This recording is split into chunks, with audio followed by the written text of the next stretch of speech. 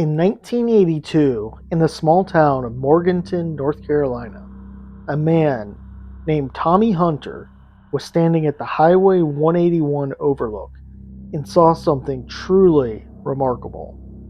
A strange white light was hovering from down below, and Tommy reached out over to touch it.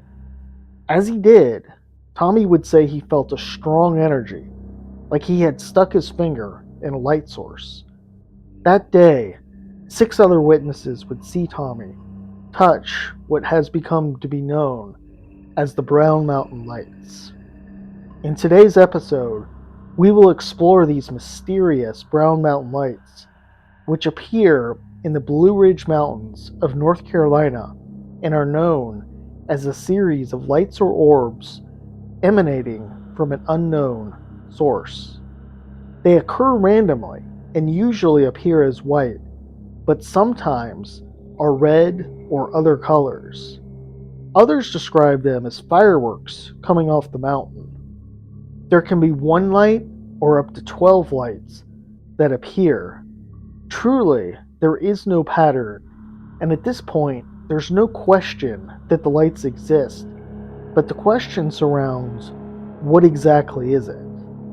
As we will soon see, science has tried to solve this mystery many times, but has been unable to put forth a satisfactory explanation. The Brown Mountain is a low-lying ridge, approximately 1.5 miles, lying in the Pisgah National Forest in western North Carolina. This area was inhabited by the Native American tribes for centuries, and they witnessed the lights.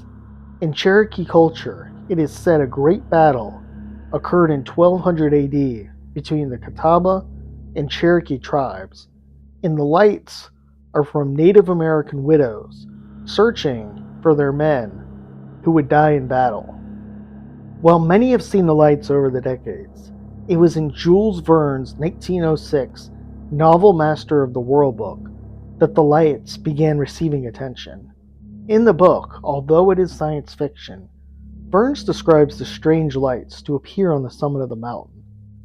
As word spread surrounding the lights, and people found out they actually did exist, there were calls for an investigation into what it was. In 1913, United States Geological Survey employee D.B. Sterrett came to the area and stated that the lights came from the nearby Southern Railway train's headlights. While this seemed like a possible explanation, especially with the growing electrification in the area, 3 years later, in 1916, doubt would begin. As the trains had to be shut down due to flooding in the area for several weeks, the lights in the area kept being seen. George Anderson Lovin, a hotel owner, along with his guests, would keep seeing the lights during that period. Skeptics argue that Sterrett's conclusion says not only train lights, but any light source could cause it. We should note, though, these lights tended to behave strangely and move in bizarre ways. In 1922, the United States Geological Survey would send another man to investigate, George Mansfield. Mansfield would observe and plot several lights linking them to known electrical sources, such as the Southern Railway trains. George Lovin would dispute his conclusions and note the lights weren't the true Brown Mountain Lights for several reasons, including they weren't bright enough. The debate goes on till modern day concerning Sterrett and Mansfield's conclusions. Skeptics have attempted to close the book as distant electrical lights, yet these conclusions fail to answer many questions. For one, several people have reported seeing orbs coming up directly from below. Headlights wouldn't explain lights moving vertical or changing positions quickly.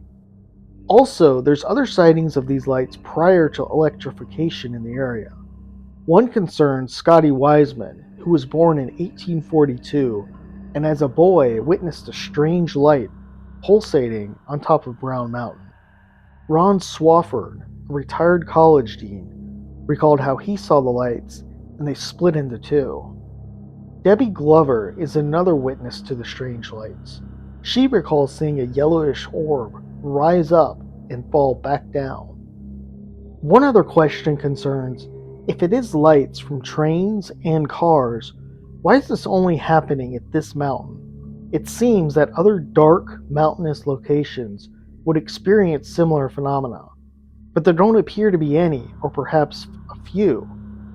It could be atmospheric pressure or something else changing the behavior of the lights, but this is unclear at this time. There are several theories in modern times as far as what this could be other than headlights. The first is that they are paranormal in nature.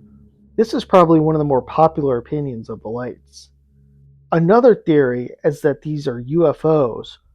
Orbs similar to the Brown Mountain Lights have been seen all around the world and are often associated with the extraterrestrial. One other theory is that the lights are somehow linked to another dimension. One popular theory is that it is a strange, unknown weather phenomena, one we have not discovered yet. While many of the sightings of this strange phenomena could be due to trains, cars, and other light sources, the fact remains something strange is occurring in this area. There's a variety of theories regarding what that could be, and at this point, there doesn't appear to be a consensus conclusion. Every year, tourists flock to the Blue Ridge Mountains, and many venture out to hopefully get a glimpse of these strange lights.